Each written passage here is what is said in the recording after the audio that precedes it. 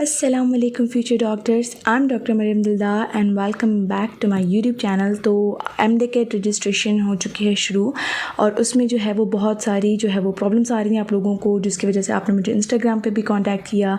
और आज जो है वो हम कंप्लीट प्रोसीजर देखेंगे MDCAT का जो है वो कि किस तरीके से हमने वो फिलअप करना है फॉर्म, और जो कन्फ्यूजन आ रही है वो मैं बीच बीच में बताती जाऊँगी। लेकिन अगर आपको कोई और भी कन्फ्यूजन है तो you can contact me on Instagram and don't forget to follow here. So let's start the video. सबसे पहले आपने जो है वो PMC की वेबसाइट को जो है वो सर्च करना है, और सर्च करने के बाद वहाँ पे जाना है। वहाँ पे जो है थोड़ा सा लोडिंग में प्रॉब्लम है। तो जैसे ही आप लोगों की ये जो है वो PMC की वेबसाइट ओपन हो जाएगी तो वहाँ पे जो पोर्शन है MDCAT का, वहाँ पे आपने जो है वो यहाँ पे जो है,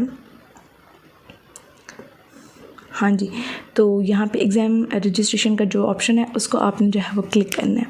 जैसे ही जो आप ऑप्शन क्लिक करेंगे तो आपका जो है वो पेज जो है वो ओपन हो जाएगा रजिस्ट्रेशन के हवाले से।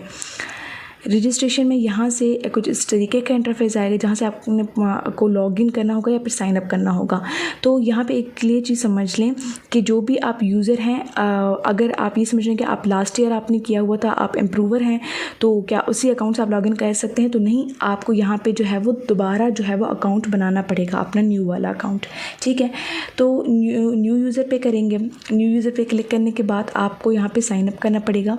यहाँ पर आपने अपना नेम जो है वो एंटर करना होगा, इंग्लिश में उर्दू दोनों में, पर करेक्ट वाला नेम। ठीक है, उसके बाद यहाँ पे आपने ईमेल और पासवर्ड डालना है। अब पासवर्ड आपने स्ट्रांगली डालना है, 8 कैरेक्टर्स का हो और इसमें दोनों जो हैं वो इंक्लूडेड हों, और लेटर्स भी और वो भी। उसके बाद डेट ऑफ बर्थ और यहाँ पे नेशनलिटी डालनी होगी। उसके बाद आपने जाना है कि आप NIC यूज़ कर सकते हैं। NIC है आपके पास तो NIC, वरना अगर 18 से कम है तो फिर बे फॉर्म जो है वो आपने सेलेक्ट करना है।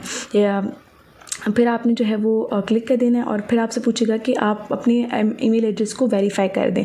जब आप यहाँ पे ईमेल एड्रेस को वेरीफाई करने की क्लिक करेंगे तो यहाँ जैसे कि आप ईमेल पे जाएंगे अपने पे जो आपने डाला हुआ है, तो वहाँ पे आपको PMC की तरफ से ईमेल आई होगी। उसको क्लिक करने के बाद जैसे आप उसको ओपन करेंगे तो वहाँ पर आपको PMC की तरफ से जो है वो आया होगा कि आपने वेरीफाई ईमेल एड्रेस करना है। तो उसी ऑप्शन को आपने वेरीफाई ईमेल एड्रेस के ऑप्शन को जो है वो क्लिक डाउन करना है, तो आपकी ईमेल वेरीफाई हो जाएगी और उसका जो है वो नोटिफिकेशन आपको वेरीफाइड की सूरत में जो है वो मिल जाएगा। अगर आप मोबाइल पे फॉर्म फिलअप कर रहे हैं तो डेस्कटॉप साइट पे जो है वो क्लिक करते हैं, आपका फिल हो जाएगा, वरना लैपटॉप पे तो इजी है। नाम, ईमेल और गार्डियन का नाम जो है वो इंटर करना है।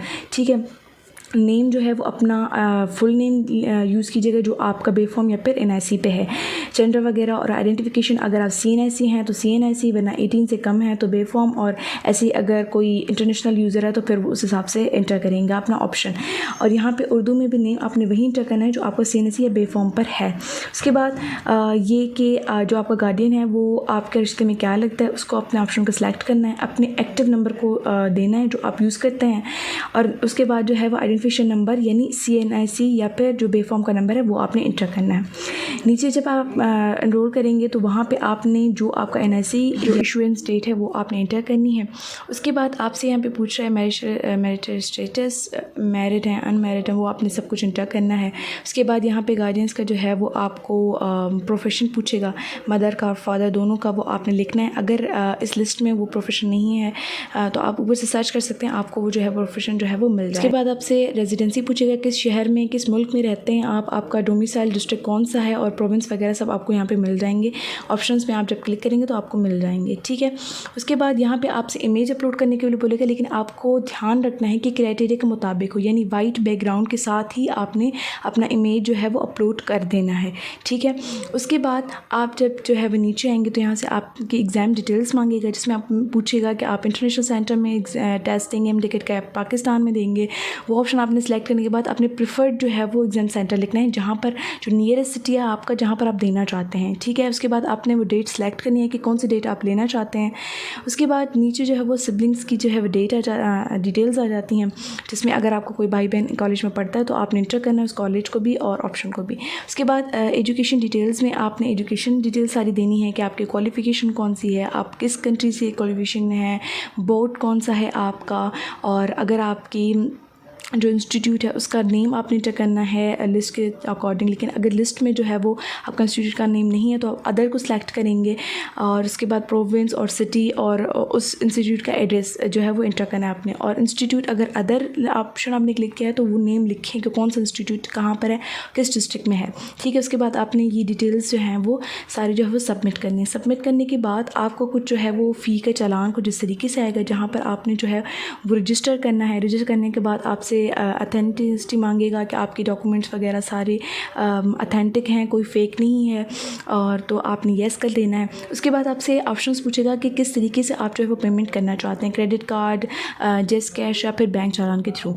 आई am going for the bank challan. तो मैंने जो है क्योंकि कन्फ्यूजन्स यहाँ पे आ रही थी कुछ स्टूडेंट्स को, तो बैंक चालान पे आप जाएंगे तो यहाँ से आपको मांगते रहे कि आप गो बैक पे या फिर दूसरे किसी ऑप्शन को ना दबाएं, थोड़ा सा वेट कर लें। आपने थोड़ा वेट करना है, लेकिन वेट करने के बाद अगर ये ओपन नहीं हो रहा तो आप किसी और डिवाइस में लॉगिन कर लें अपना अकाउंट, किसी भी लैपटॉप वगैरह में कहीं और पे आप अपना अकाउंट लॉगिन कर लें, ठीक है। उसके बाद आपने जो है देखिए यहाँ पर जो है वो स्टेटस अनपेड लिखा हुआ आ रहा है क्योंकि वहाँ पर चालान डाउनलोड नहीं हो रहा था।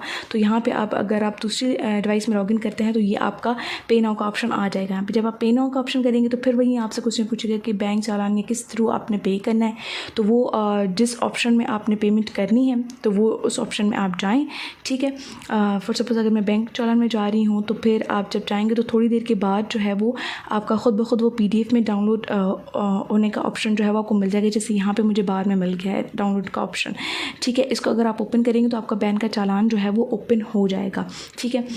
उसको जो है जो बैंक का चालान ओपन हुआ है इसको आपने जो है वो प्रिंट जो है वो करवाना है और फिर जो है वो जिस बैंक का है उसमें जो है वो पे करवाना है। उसके बाद अब आपने अगर देखना है कि बैंक का चालान पहले हुआ है कि नहीं हुआ तो फिर आपने दोबारा अपने अकाउंट को लॉगिन करना है। तो देखें अभी यहाँ पे जो स्टेटस है वो अनपेड लिखा हुआ है कि मतलब अभी जो है वो पेड नहीं हुआ, क्योंकि अभी जो है वो कुछ ही टाइम हुआ है मुझे ये चालान जो है स्टूडेंट का पे कराते हुए, ठीक है। तो थोड़ा वेट कर लें आप लोग, ठीक है। 1-2 घंटे में मैक्सिमम जो है वो स्टेटस शो हो जाता है कि आपका जो है वो पेमेंट हो चुकी है। तो इसके लिए आपको थोड़ा सा वेट करना पड़ता है, ठीक है।